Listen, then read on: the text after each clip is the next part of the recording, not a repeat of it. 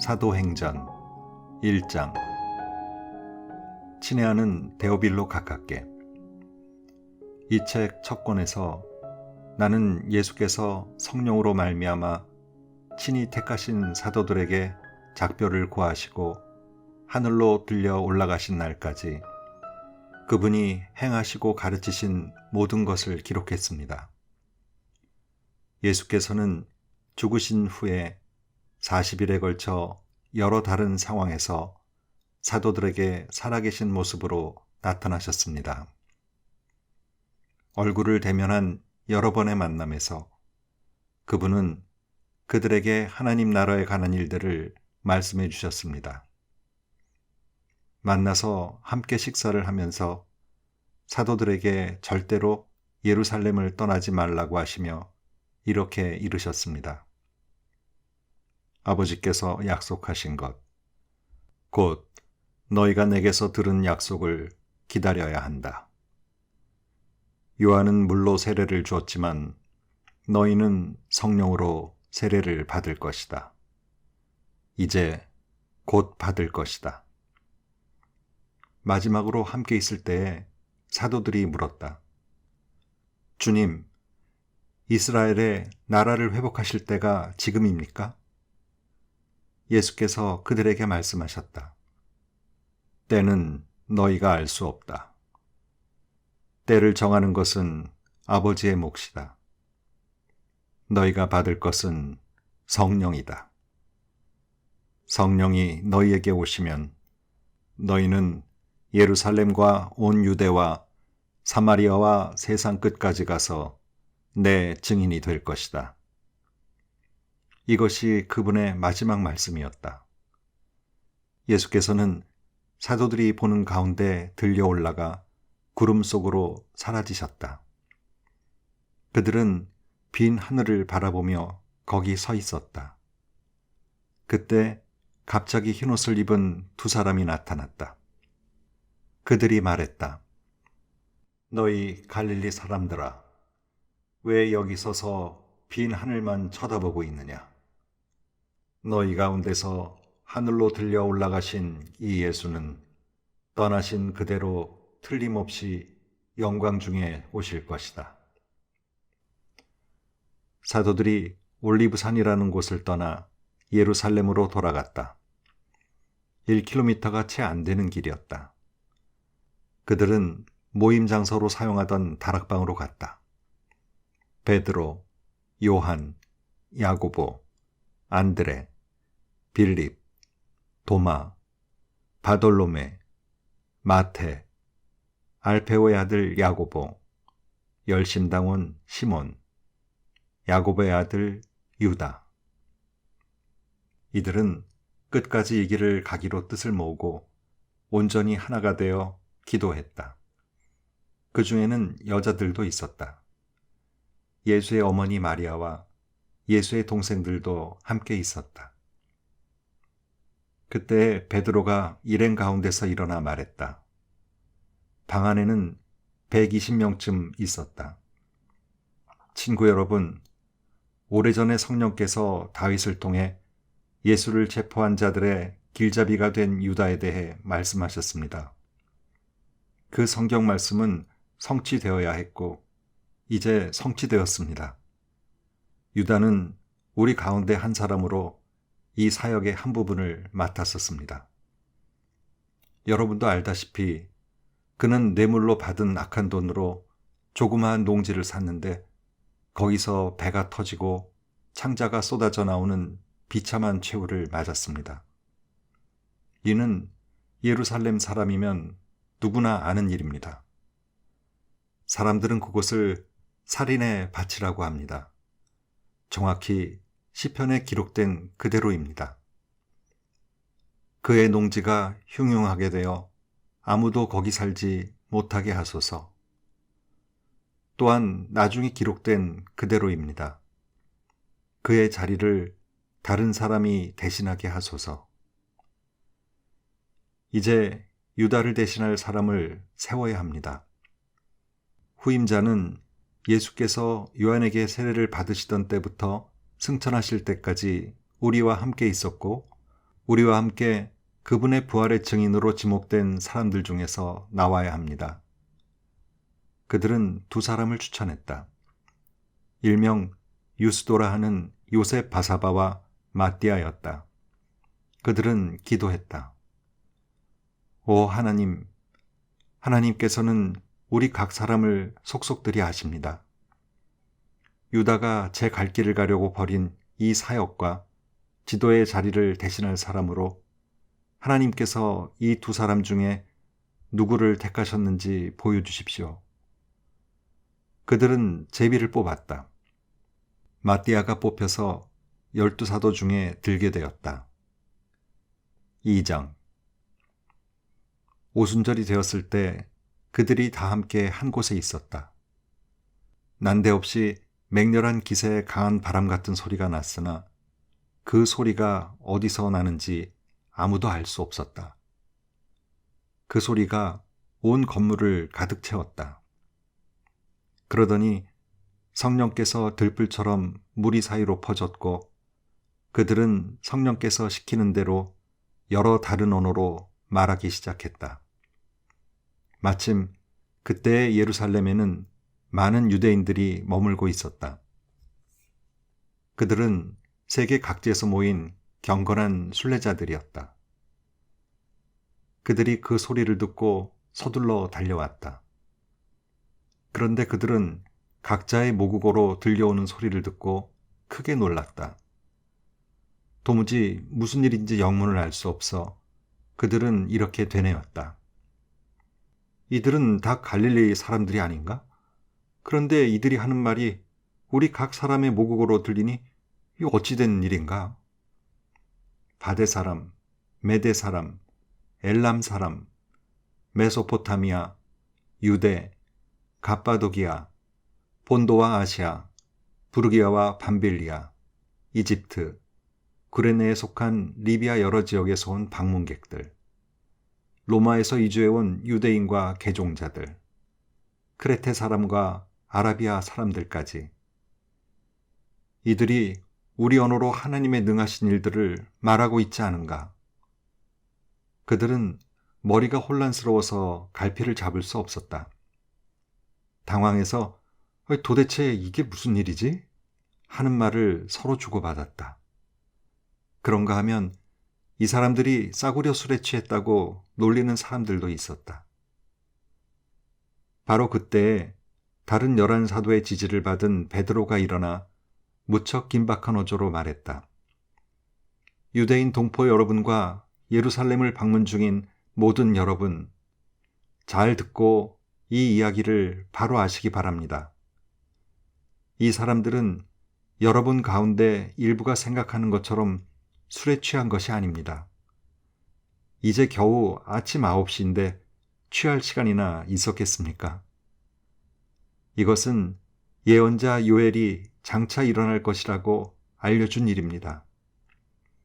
하나님께서 말씀하신다. 마지막 때에 내가 모든 사람에게 내 영을 부어줄 것이다. 너희 아들들은 예언할 것이며 너희 딸들도 예언할 것이다.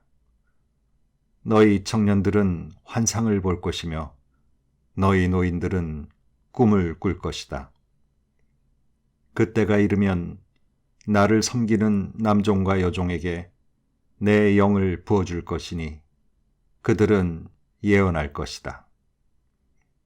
내가 위로 하늘의 이적과 아래로 땅의 표적을 베풀 것이니 피와 불과 소용돌이치는 연기. 주의 날, 무섭고 기이한 그날이 오기 전에 해가 어두워지고 달이 빛빛으로 붉어질 것이다. 누구든지 나 하나님에게 구해달라고 부르짖는 자는 구원을 얻을 것이다. 이스라엘 동포 여러분, 이 말 잘 들으십시오. 나사렛 예수는 하나님께 온전히 인정받으신 분이셨습니다. 하나님께서 그분을 통해 행하신 기적과 이적과 표적들은 여러분이 이미 다 알고 있습니다. 이 예수께서 하나님의 주도면밀하신 계획에 따라 법을 제멋대로 주무르는 사람들에게 배반당하시고 여러분에게 넘겨졌습니다. 여러분은 그분을 십자가에 못 박아 죽였습니다. 하지만 하나님께서 죽음의 밧줄을 푸시고 그분을 다시 살리셨습니다. 죽음은 그분의 상대가 되지 못했습니다. 다윗이 이 모든 것을 말했습니다. 내가 항상 내 앞에 계신 하나님을 배웠다. 그분이 내 곁에 계시니 그 무엇도 나를 흔들 수 없다. 내 속에서 온갖 기쁨과 희열이 넘쳐 나는 소망의 땅에 내 거처를 정했다. 주님은 절대로 나를 음부에 버리지 않으실 것이므로 나는 죽음의 악취조차 맞지 않을 것이다. 주님께서 내 발을 생명길에 두셨고 주님의 얼굴은 온 사방에 햇빛 같은 기쁨으로 빛난다. 사랑하는 친구 여러분, 여러분에게 더없이 솔직히 말하겠습니다. 우리 조상 다윗이 죽어서 묻혔고 그 무덤이 오늘도 분명히 우리 눈앞에 있습니다. 그러나 예언자이기도 했던 그는 자신의 한 후손이 나라를 다스릴 것이라고 하신 하나님의 엄숙한 맹세를 알고서 먼 장래를 내다보며 메시아의 부활을 앞서 말했습니다. 음부에 내려가지 않고 죽음의 악취를 맞지 않을 것이다 라는 말이 바로 그것입니다. 이 예수를 하나님께서 다시 살리셨습니다. 여기 있는 우리가 다 그 일의 증인입니다. 그 후에 예수께서 하나님 오른편 높은 곳에 올려져 아버지께서 약속하신 성령을 받으시고 그 받으신 성령을 우리에게 부어주셨습니다. 여러분은 지금 그 일을 보고 듣고 있습니다. 그래서 다윗은 자기가 직접 하늘로 올라가진 않았지만 이렇게 말했습니다. 하나님께서 내 주님께 말씀하셨다. 내가 너의 원수들을 너의 발판으로 삼을 때까지 너는 내 오른편에 앉아 있어라. 그러니 온 이스라엘 여러분, 이것을 아십시오. 여러분이 십자가에서 죽인 이 예수를 하나님께서 주와 메시아로 삼으셨습니다. 더 이상 의심할 여지가 없습니다. 듣고 있던 사람들이 마음속 깊이 찔려서 베드로와 다른 사도들에게 물었다. 형제 여러분, 그러면 우리가 이제 어떻게 해야 합니까? 베드로가 말했다. 삶을 고치십시오. 하나님께로 돌아와서 여러분 각자가 예수 그리스도의 이름으로 세례를 받으십시오. 그러면 여러분의 죄가 용서받습니다. 성령을 선물로 받으십시오. 이 약속은 여러분과 여러분의 자녀들은 물론이고 멀리 있는 모든 사람들까지 우리 주 하나님께서 부르시는 사람이면 누구에게나 해당됩니다. 그는 이렇게 한참을 더 말하며 그들에게 간절히 권했다. 이 병들고 무감각한 문화에서 빠져나오십시오. 여러분이 할 수 있을 때에 어서 나오십시오. 그날 약 3,000명이 그 말을 믿어서 세례를 받고 등록했다. 그들은 사도들의 가르침과 공동생활과 공동식사와 기도에 자신들의 삶을 드렸다. 주위에 있던 사람들 모두가 사도들을 통해 이루어진 모든 이적과 표적을 보고 두려워했다. 믿는 사람들 모두가 무엇이든 공유하면서 멋진 화합을 이루고 살았다. 그들은 자신들이 가진 것은 무엇이든 팔아 공동 자원으로 이용하면서 각 사람의 필요를 채웠다. 성전에서 예배를 드리고 나서 집에서 식사하고 하나님을 찬양하는 것이 그들의 하루 일과였다. 식사 때마다 즐거움이 넘쳐 흐르는 축제였다. 사람들은 그 모습을 좋게 보았다. 하나님께서 구원받은 사람들을 더하셔서 날마다 그들의 수가 늘어났다. 3장. 하루는 오후 3시에 베드로와 요한이 기도하러 성전에 들어가고 있었다. 마침 그때에 사람들이 나면서부터 걷지 못하던 사람을 메고 왔다. 그는 날마다 아름다운 문이라는 성전문에 앉아 성전에 들어가는 사람들에게 구걸하던 사람이었다. 그는 베드로와 요한이 성전에 들어가려는 것을 보고 구걸을 했다. 베드로와 그 옆에 있던 요한이 그의 눈을 똑바로 쳐다보며 말했다. 여기를 보시오. 그러자 그는 그들에게서 뭔가 얻을 줄로 생각하고 고개를 들었다. 베드로가 말했다. 나는 동전 한 푼 가진 것이 없지만 내게 있는 것을 당신에게 주겠소. 나사렛 예수 그리스도의 이름으로 걸으시오. 베드로가 그 사람의 오른손을 잡아 일으키자 즉시 그의 발과 발목에 힘이 생겼다. 그는 펄쩍 뛰듯이 일어나 걸었다. 그 사람은 베드로와 요한과 함께 성전으로 들어가서 이리저리 걷고 춤추며 하나님을 찬양했다. 그곳에 있던 사람들 모두가 그가 걸어다니며 하나님을 찬양하는 것을 보았다. 그들은 그가 성전의 아름다운 문에 앉아 구걸하던 사람인 것을 알아보고는 깜짝 놀라 눈을 비볐다. 눈으로 보면서도 도저히 믿기지 않았던 것이다. 그 사람은 기뻐서 어쩔 줄 몰라 하며 베드로와 요한을 끌어안았다. 모든 사람이 그 모습을 직접 보려고 그들이 있는 솔로몬 회랑으로 달려왔다. 사람들이 모인 것을 보고 베드로가 그들에게 말했다. 이스라엘 여러분, 이 일에 왜 이렇게 크게 놀라십니까? 이 사람이 걷게 된 것이 마치 우리 능력이나 경건함 때문인 것처럼 왜 우리를 쳐다보는 것입니까? 아브라함과 이삭과 야곱의 하나님, 곧 우리 조상의 하나님께서 그 아들 예수를 영화롭게 하셨습니다. 빌라도가 죄 없다고 한 그분을 여러분은 거절했습니다. 여러분은 거룩하고 의로우신 분을 거절하고 그 대신에 살인자를 놓아달라고 했습니다. 그러나 여러분이 생명의 주인 되신 분을 죽이자마자 하나님은 죽은 자들 가운데서 그분을 살리셨습니다. 우리가 그 증인들입니다.